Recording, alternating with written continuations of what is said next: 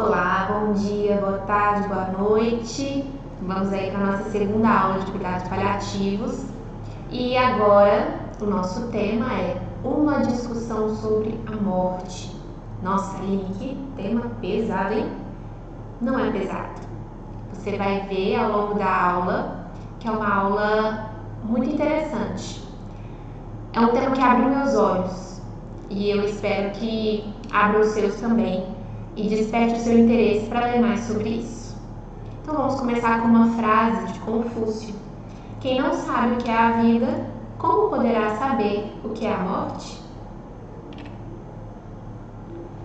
Essa pequena parte de um texto do Gilberto Gil, não tenho medo da morte, mas medo de morrer sim.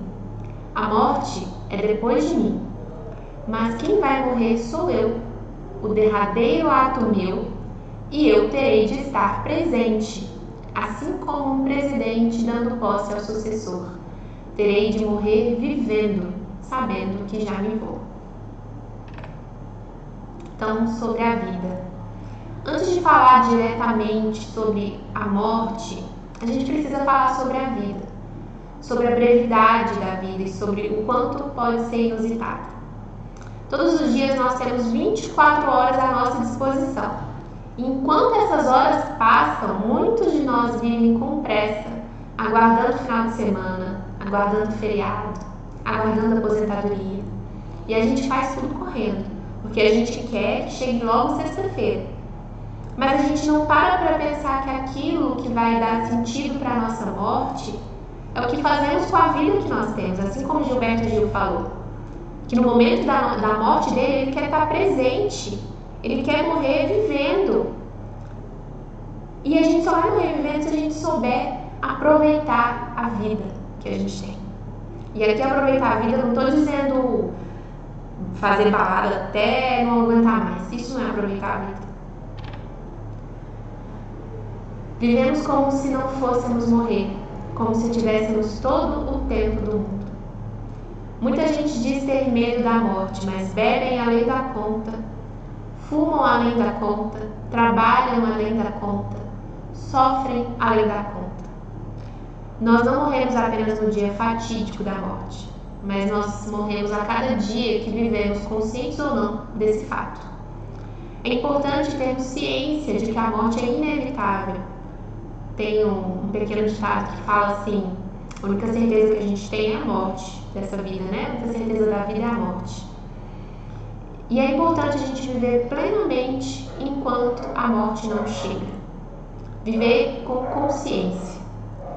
Como eu disse no slide anterior, fazer balada como se não tivesse amanhã, isso não é aproveitar a vida. Isso é ser irresponsável com a vida. Porque bebe além da conta, fuma além da conta, não está cuidando do seu corpo, da sua vida enquanto você tem. Precisamos aceitar a nossa existência em todo o seu alcance. Tudo, mesmo o inaudito, tem de ser possível nela. Todos nós vamos morrer um dia, isso é certo. Eu vou morrer, você vai morrer, meus pais, seus pais, todos vamos morrer. Mas nem sempre isso é aceito em sua plenitude. Essa certeza nem sempre é aceita. Como seres humanos, a gente faz e a gente deve fazer planos futuros. Nós traçamos objetivos e nós procuramos cumprir esses objetivos. Entretanto, gente, com ou sem dinheiro, com ou sem amor, com ou sem planos, com ou sem carreira, a morte chega. E por isso, nós devemos nos preparar para a morte. Por que a gente não conversa abertamente sobre essa única certeza? É preciso falar sobre morte, sobre os desejos, sobre as diretivas. Isso nos ajuda a entender e assimilar melhor esse fenômeno. Em vez de temer, a gente deve respeitar a morte, porque aquilo que a gente tem medo, a gente não nos aproxima, a gente não aprende. Por outro lado, aquilo que a gente respeita, a gente admira, a gente ouve, a gente aprende. Por isso que é importante a gente ter respeito pela morte. Respeitar. É um fenômeno que vai acontecer e a gente pode aprender muito com isso. A gente tem a ideia de que a morte nos faz mal. E a morte realmente é muito dolorosa quando leva pessoas que amamos. Mas aqui, nessa pequena conversa que a gente vai ter sobre a morte, o convite é para olhar para dentro de si. A morte não nos faz mal, porque, como diz a doutora Ana Cláudia, o único efeito colateral da consciência da morte é que ela nos faz viver uma vida mais legal. Porque a gente passa a prestar mais atenção na vida. A gente passa a fazer as coisas com propósitos. A gente passa a fazer as coisas com objetivos. Por isso que a vida fica mais legal. Para estar ao lado de alguém que está morrendo, precisamos saber como ajudar a pessoa a viver até o dia em que a morte dela chegar. Apesar de muitos escolherem viver de um jeito morto, todos têm o direito de morrer vivos. Quando chegar a minha vez, quero terminar a minha vida de um jeito bom.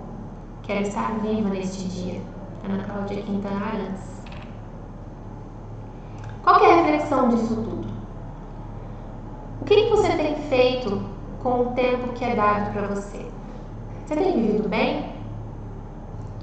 O que a gente decide fazer com o nosso tempo, no caminho que a gente percorre, que é a vida, é o que nos vai dar sentido na hora da morte.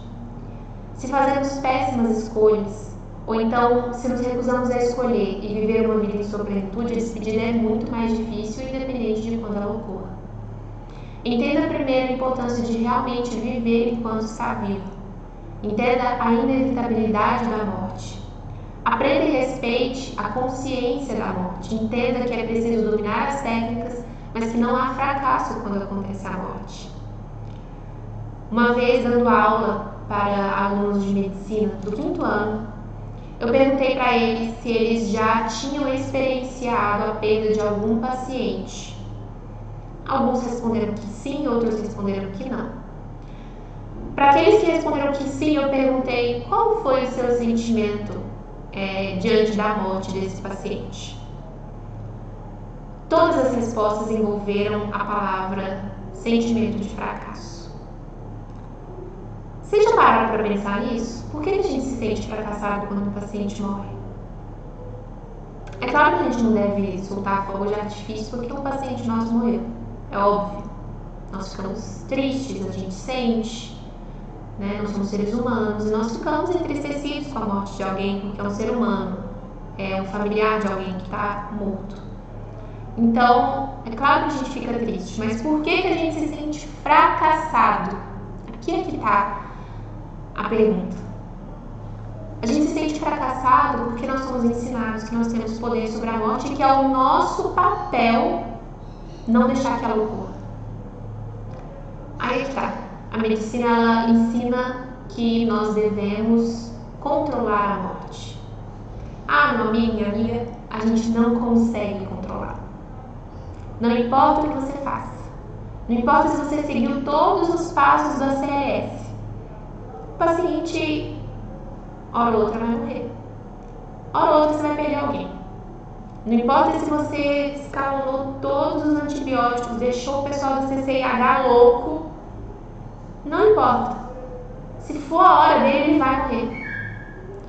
E você se sente fracassado por isso, porque você aprendeu lá no comecinho da faculdade que a função de deixar alguém vivo é sua, mas a função de deixar alguém vivo não é sua, essa função é só de Deus. Então, a gente deixou de entender uma medicina que cuida para uma medicina que cura. Isso já tem caído por terra nos últimos tempos, graças a Deus, mas ainda perdura a ideia de que a gente tem que curar. Então, aqui, gente, não há fracasso quando acontece a morte, porque você cuidou do seu paciente. O fracasso do médico ocorre quando a pessoa não vive feliz enquanto se trata com ele, não quando ele morre. Então aqui, pessoal, sempre se lembrem disso. A sua função não é evitar a morte. A sua função é cuidar do seu paciente. Se você tiver a certeza de que você cuidou do seu paciente, de que você aplicou todas as técnicas corretamente, de que você fez tudo aquilo que estava ao seu alcance por aquele paciente, você vai encarar a morte desse paciente com muito mais tranquilidade, porque você sabe que o poder de controlar a morte não é seu, o dever de controlar a morte não é seu.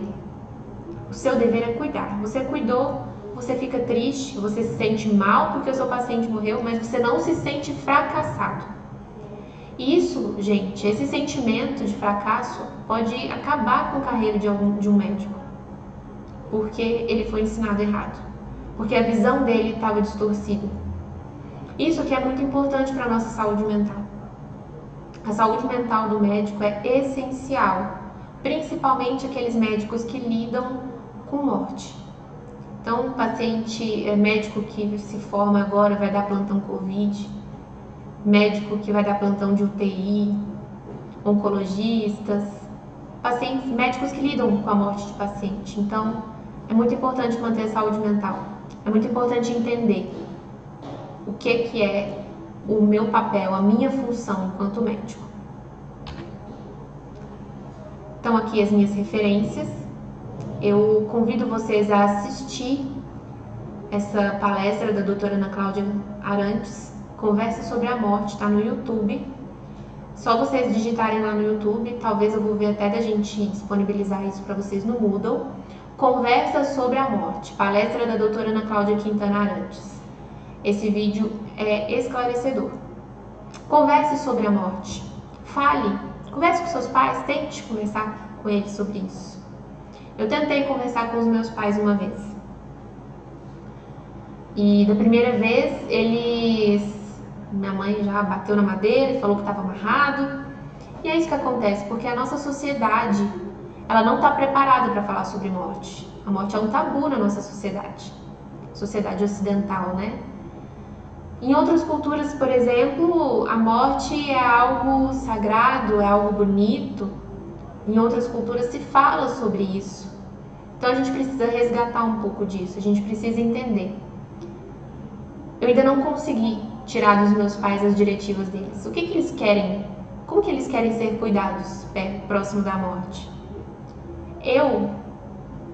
Se eu estiver diante de uma doença que ameace a vida, se eu estiver diante de um quadro terminal, eu quero ser cuidada na minha casa. Eu quero ser cuidada ao redor dos meus familiares. Eu quero que façam tudo o que puderem enquanto seja indicado. A partir de um momento que não haja mais indicação de tratamento curativo, que se instalem os cuidados paliativos. É isso que eu quero, essa é a minha diretiva. Faça a sua diretiva antecipada, convide seus familiares a fazerem suas diretivas antecipadas. Vivam bem. Vivam intensamente enquanto a morte não chega. A gente ter a consciência de que a gente vai morrer não significa que a gente está chamando a morte pra gente. Significa que a gente vai viver uma vida muito mais consciente. Muito obrigada. Até a próxima aula.